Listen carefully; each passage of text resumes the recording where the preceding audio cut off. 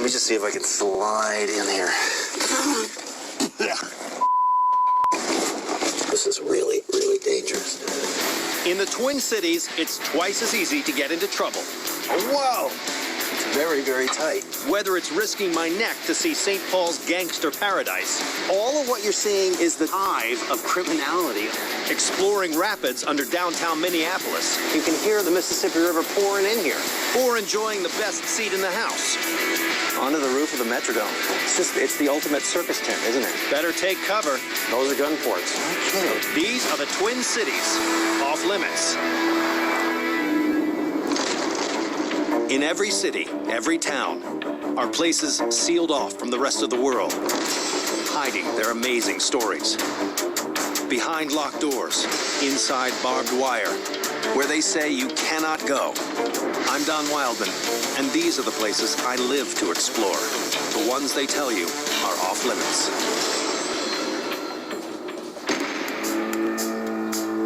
I didn't expect to find this in Minnesota. It looks like a Roman fortress or a medieval castle. Technically, it's just a ruined flour mill, but it's really a monument to a pair of Midwestern cities that built empires out of water, grain, and ambition. Minneapolis and St. Paul. On the surface, the Twin Cities seem almost identical. Small but vibrant communities? Check.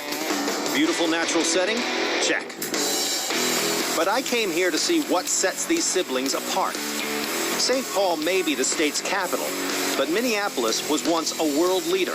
It produced more flour than any place on earth, and giant wrecks like this are the best place to see what made this city number one. In 1880, when this place was open, no mill of this size, scope, or advanced technology had yet been built anywhere on the planet. But what's even more amazing is that 1 year after this place was built, another bigger, more advanced mill was opened right across the river. The mill that dwarfed them all was the Pillsbury Complex. Located on the east bank of the Mississippi, in the heart of Minneapolis, it was the pinnacle of an industry that built this town. Mill expert Kit Richardson is getting me special access to its cavernous remains and expansive underworld. Wow, look at that, Pillsbury right there. After over 100 years of operation, it closed in 2003, and its future is uncertain. It's the largest flour mill in the world in the late 1880s. Over 10,000 years after mankind first ground wheat into flour, Charles Pillsbury opened this state-of-the-art mill, the most advanced in the world. It was powered by the St. Anthony Falls, the only natural waterfalls on the entire Mississippi, and the huge tunnels snaking underneath. So these are the milling machines. These are the roller mills. These are the oldest in the building, from the 1920s to 30s. There were at least 100 of these machines on the floor, grinding wheat between two steel rollers, cutting-edge European technology in 1881. The miller would open this door, look in, perhaps reach in and feel the flour, and it's done by touch. This was one of the only small-scale human touches in Pillsbury's massive automated operation.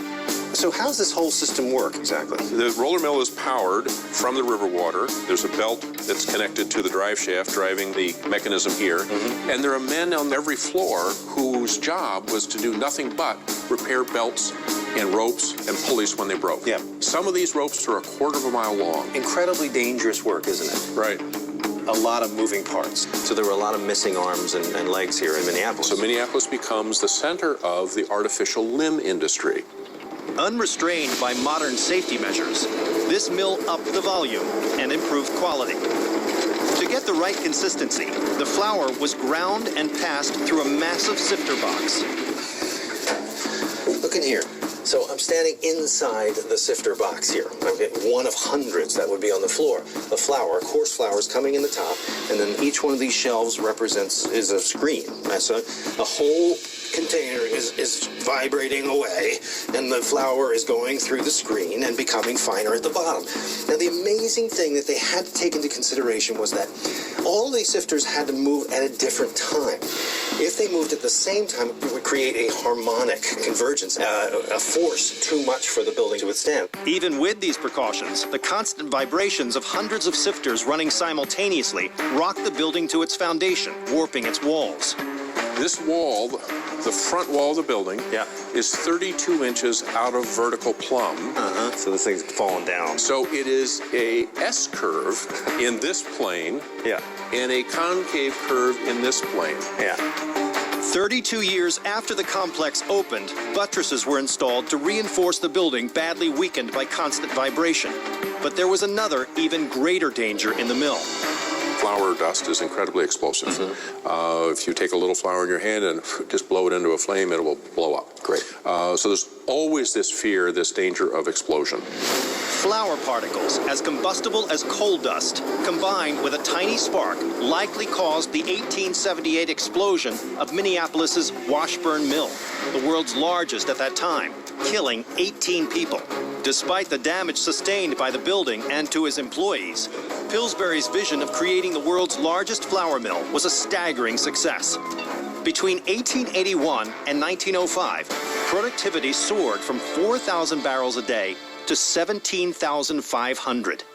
So this is how you check what's inside one of these silos. Right. So you get up on That's nice. the barbershop step. Oh. Wow. Talk about a fear of heights here, huh? That's what, 70 feet of silo. This holds about 60,000 pounds of flour. This immense output would not have been possible without capturing the power of the falls. Deep beneath the mill itself is the head race, a tunnel which brought water to the turbines. Even though the mill is shut down, the tunnels are still flowing with water.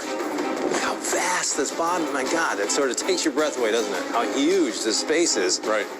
We're heading to the tunnel where water, siphoned in from the falls, raced along for over 500 feet before surging into a 50-foot drop shaft, hitting the turbines with enormous force. So these gates would have been raised and lowered according to the flow necessary, the power you're looking for. Be really careful in here. Look at that, this chamber. Check it out. So what you're seeing here is the water pouring off. You wouldn't see this back in 1880. This would all be filled with water and a nice, solid, steady pressure. Technology that already existed taken to another level. I'm going to backtrack along the head race to the point where water is still leaking in from the Mississippi. This is insanely cool. Look at that thing. It's a huge tunnel. The sewers of Paris. The sewers of Paris, exactly.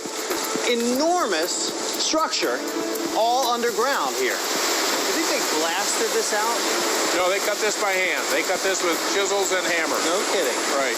And also above our heads would have been a decking, right? Exactly. And all along here there could have been maintenance work being done, checking the points and all that. Exactly. You can hear the Mississippi River pouring in here. Yes, and we'll see it. When the mill was in use, the water level in the tunnel would have been 15 to 20 feet high. So this was the original project. Put this tunnel down at the same time as the mill. Right. Right. And how far are we away from the Mississippi here? We're probably 300 feet. Okay, so the Mississippi, that is outside that gate. Exactly. Look at that guy. Still life down here in this tunnel. This guy would not have been down here at the time because these waters would have been too deep. This is just like a nice little, shallow stream now that he can live his life. There's crayfish all over the place down here. But, now it's a whole ecosystem. And go ahead, live your life, little one.